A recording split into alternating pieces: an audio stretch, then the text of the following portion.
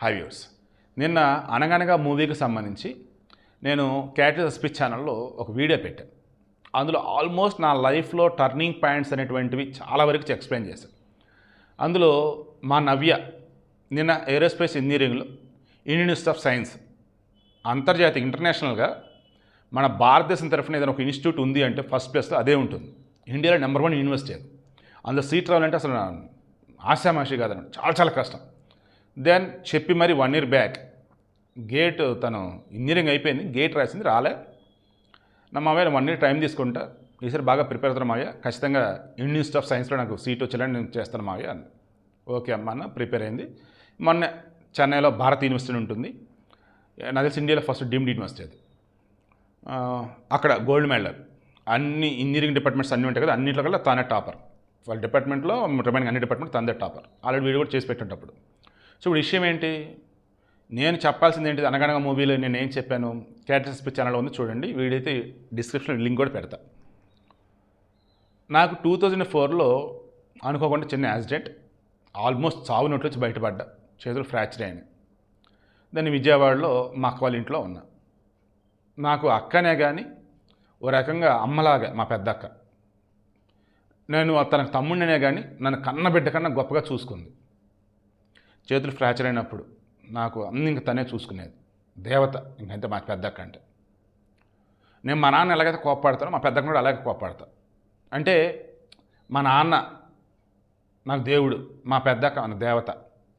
So వీళ్ళ దగ్గర నాకు చనువు ఉంటాం కావచ్చు, లేదన్నప్పుడు ఏదైనా మాట్లాడుకున్నప్పుడు తిడతాం, కోపడతాం. ఎందుకంటే నేను చెప్పింది చేయరు, అలా చేస్తే ఇలా ఉండేది, ఇలా చేస్తే ఇలా ఉండేది అని చెప్తానా, చేయరు అనమాట, అందుకు కోపం వస్తుంది.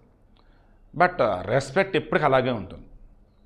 చూడు ఏంటి మా పెద్ద గురించి ఎందుకు చెప్తున్నాను ఏంటి అన్నప్పుడు, మా పెద్దక్క ఇక నన్ను కన్నబిడ్డలాగా చూస్తూ, నాకు చేతులు ఫ్రాక్చర్ కదా, ఇక ఆ మూమెంట్లో ఆ ఇంట్లో వచ్చేసి బుడ్డపిల్ల ఎవరు, నవ్య, మా Navya. She just like tomboy, చిన్నప్పుడు అచ్చం అబ్బాయిలాగే ఉండేది, లాగు చక్క. అరౌండ్ 3 years హార్డ్లీ, 2004 కదా, 2.5, 3 లోపండి, 2 to 3 కూడా అయి ఉండొచ్చు. నవ్య కదా 2004 అంటే 2001, 2 మేబీ 2002లో పుట్టినట్టుంది మా నవ్య. అరౌండ్ 1.5 year తన మాటలు వచ్చేసాయి, అంతే అండి, 2 to 3 years మధ్య అంతే. ఇక నవ్య నాకు ఫ్రెండ్, నవ్యాకి నేను ఏ కబుర్లు చెప్పినా ఇంకా. దెన్ ఇక నవ్యతో వచ్చేసి కథలు చెప్పేవాడిని, ఏబిసిడీలు చెప్పేవాడిని, ఆలు చెప్పేవాడిని, నెంబర్స్ చెప్పేవాడిని. ఇలా అరౌండ్ 1 month, నెల రోజులు మాత్రమే మా నవ్యతో నా ఇంటరాక్షన్. మొత్తం ఆ చిన్నపిల్ల బ్రెయిన్లోకి వెళ్ళిపోయేవి. ఇంకా నాది రామంటారు మన విఎస్ఆర్ కాలేజ్ నాది తెనాలి. ఇప్పుడు హాలిడేస్ ఇచ్చినప్పుడు కానీ 2 వారాలకు వస్తున్నప్పుడు మన విజయవాడ అక్క వాళ్ళ ఇంటికి వస్తాను, ఒక రోజు ఒక పూట ఉంటుంది, మరలా వెళ్తా. అప్పుడు కూడా మా నవ్యతోనే ఎటైనా వెళ్ళాలి, నవ్యని తీసుకుని వెళ్తూ ఈరోజు ఏం జరిగింది తెలుసా నవ్య అని చెప్పేసి అది చెప్తా. ఈరోజు పేపర్లో ఏమొచ్చింది తెలుసా అని చెప్తా. నవ్య మేము డిబేట్ చేసాం నవ్య మొన్న, అక్కడ నాకు మెడల్ వచ్చింది, ఆ డిబేట్ టాపిక్ అని తెలుసని చెప్పేవాడిని.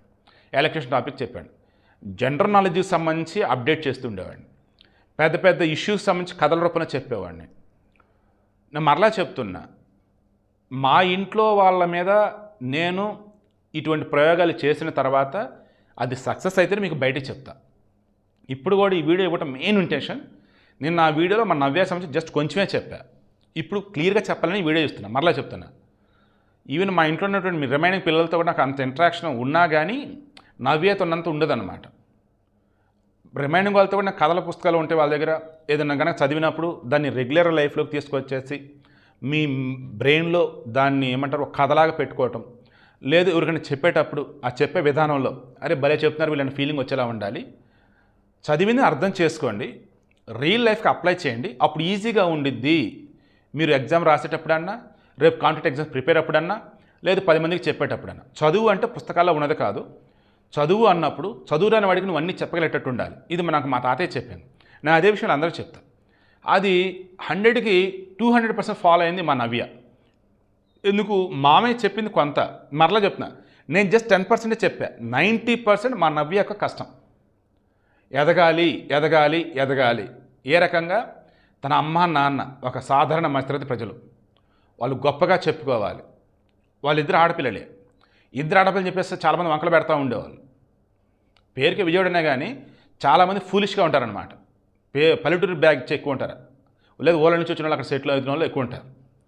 ఇంకా బంధువుల్లో ఉంచే దరిద్రాలు కూడా ఉంటూనే ఉంటాయి కదా.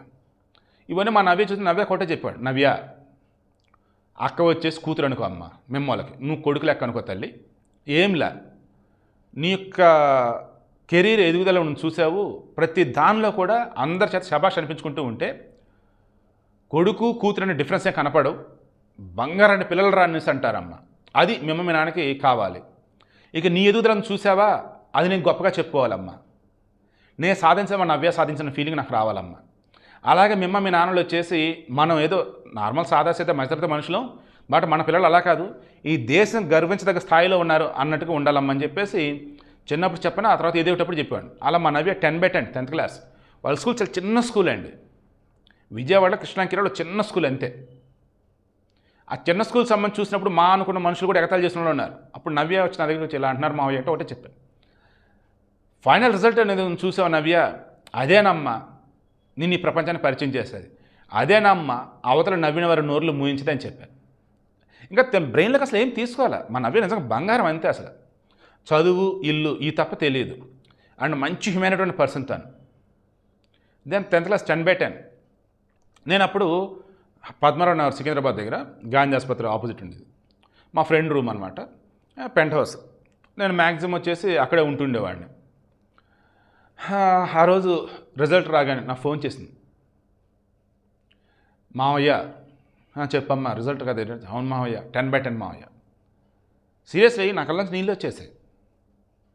ఏంటంటే మా నాన్న కళ పేపర్లో పడాలి, ఏది మార్కులు గొప్పగా వచ్చాయి అన్నట్టు, అండ్ అందరిలో గొప్పగా చెప్పుకోవాలి నా పిల్లోడు టాప్లో ఉన్నాడు అన్నట్టు. బట్ హై స్కూల్ ఓన్లీ మ్యాథ్సే టాప్ వచ్చింది నాకు, రైటింగ్ నాది తెలుగు అంతగా బాగోదు, దాంతో తెలుగు బ్రహ్మాండ సబ్జెక్ట్ నాది, అయినా సరే నాకు 72 మార్కులే వచ్చాయి. మేబీ రీకౌంటింగ్ పెడదాం, రీవాల్యుయేషన్ లేదు, రీకౌంటింగ్ పెడదామని చెప్పి అనుకున్నా, డబ్బులు లేవు. అప్పటికి మా అమ్మ బొట్టలు అమ్మి పెడదామని అనుకుంటే కొంతమంది ఉన్నారంటే రావయ్యా అదే ఇదంటే డ్రాప్ అయ్యాం. స్కూల్ ఫస్ట్ అప్పుడు 472, నాది 450.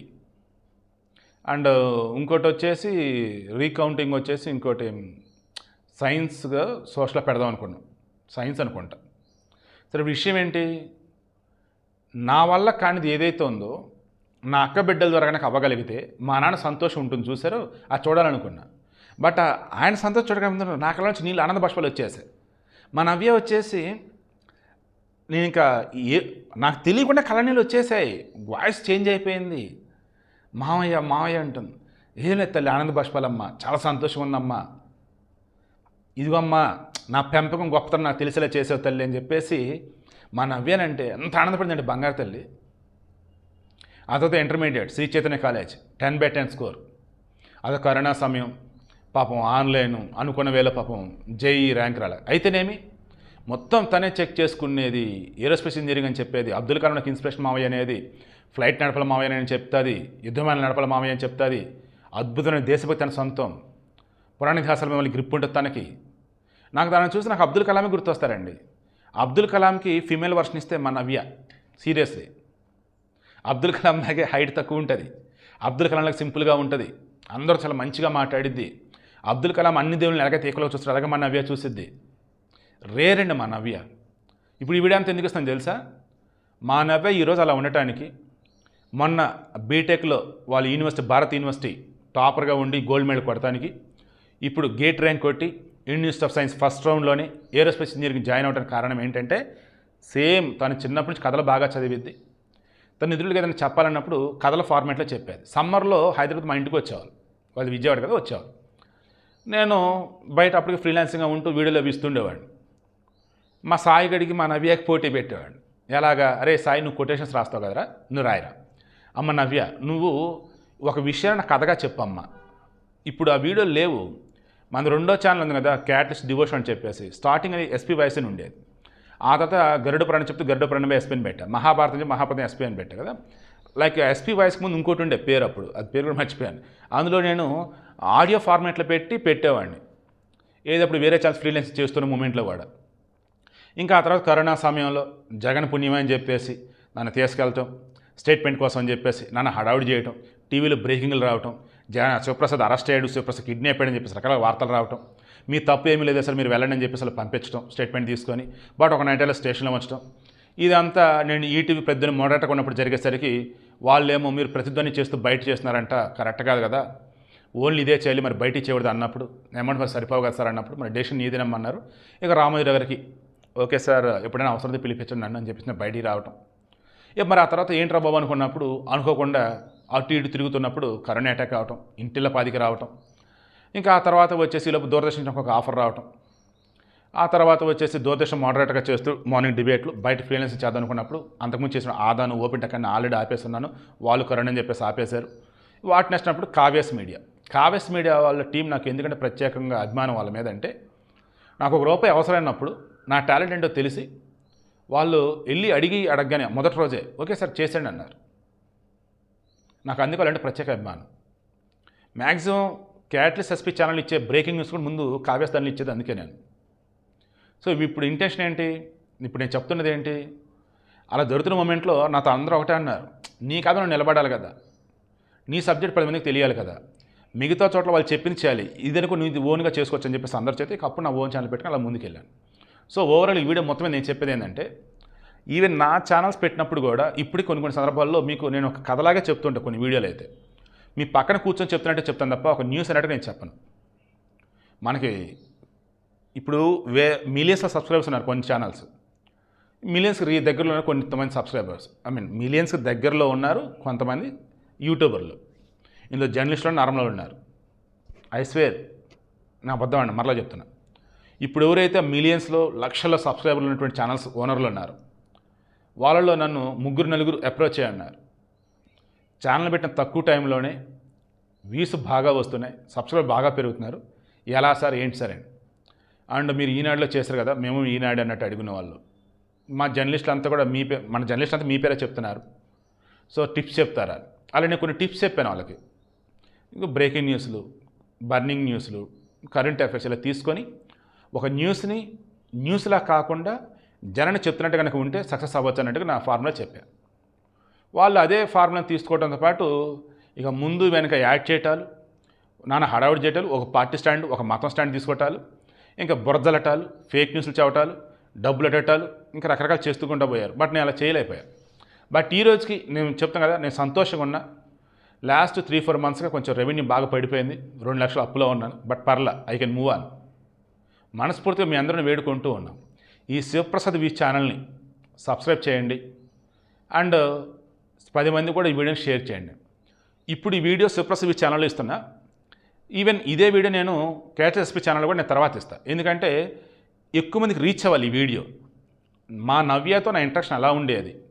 అలా మీరు కనుక మీ పిల్లలతో కనుక ఉంటే ఖచ్చితంగా మీ పిల్లలు కూడా గొప్ప వాళ్ళు అవుతారు. మా నవ్యకి సోషల్ మీడియా అకౌంట్స్ లేవు, సోషల్ మీడియా జోలికి అసలు పోదు, చక్కగా కథలు చదువుకుంటుంది. అండ్ ఇప్పటికీ నేను చెప్తున్నాను, కార్టూన్ చూడమని అనను, కానీ తనకి ఎప్పుడైనా బోరు కొడితే కార్టూన్ చూసుకుంటూ ఉంటుంది అంతే. భయంకరమైనటువంటి దిక్కుమాలిన వెబ్ సిరీస్లో ఏ జోలికి పోదు అసలు. ఆశ్చర్యపోయానండి. ఐ థింక్ 6 months అవుతున్నట్టుంది, తను హైదరాబాద్ వచ్చున్నారు ఫ్యామిలీ. మా లాస్ట్ అబ్బాయి కార్టూన్ చూడరు. హాల్లో నేనున్నా, నాకు ఎక్కడ కార్టూన్ వాయిస్ వినిపిస్తుంది. లాస్ట్ అబ్బాయి వాళ్ళు కాలేజీకి వెళ్ళిపోయారు, కార్టూన్ వస్తుంది ఎక్కడైనా చూస్తే నవ్య ఉండి కార్టూన్ చూస్తాను. ఏ నవ్య ఇంకా కార్టూన్ చూస్తున్నావంటే ఇష్టం మావయ్య నాకు. కొంతమంది పెద్ద పెద్ద మేధావులుగా ఉన్నా, సొసైటీలో గొప్ప పొజిషన్స్లో ఉన్నా, వాళ్ళకంటే ఒక టైం పాస్ అన్నప్పుడు చాలా హ్యూమర్గా ఉండేది, ఫన్నీగా ఉండేది నచ్చింది అనమాట. అలా ఇది కూడా. సో నేను మరలా చెప్తున్నా, మీ పిల్లలకి దిక్కుమని వీడియో గేములు కాదు, మీ పిల్లలకి ఫ్రెండ్స్తో పనికిమాలని ఇవి కాదు, చక్కగా మంచిగా కథల పుస్తకాలు ఆయన కథలు చెప్పటాలు, ఒక సబ్జెక్ట్ అన్నది స్టోరీ ఫార్మేట్లో కనుక వాళ్ళ బ్రెయిన్లోకి పోయిందంటే లైఫ్లో గొప్ప సబ్జెక్ట్గా ఉండిపోయింది. 10 మంది చెప్పినప్పుడు గొప్పగా చెప్తారు. అనగనగా ఈ సినిమాలో వ్యాస్ సార్ సుమంత్ క్యారెక్టర్ కూడా మొత్తం అదే. నేను ఎక్కడైనా ఏదైనా మిస్ ఏంటి ఆ వీడియోలో మొత్తం ఇందులో చెప్పండి అనుకుంటున్నా. ఆ వీడియో లింక్ కూడా కింద డిస్క్రిప్షన్ ఇస్తాను, చూడండి.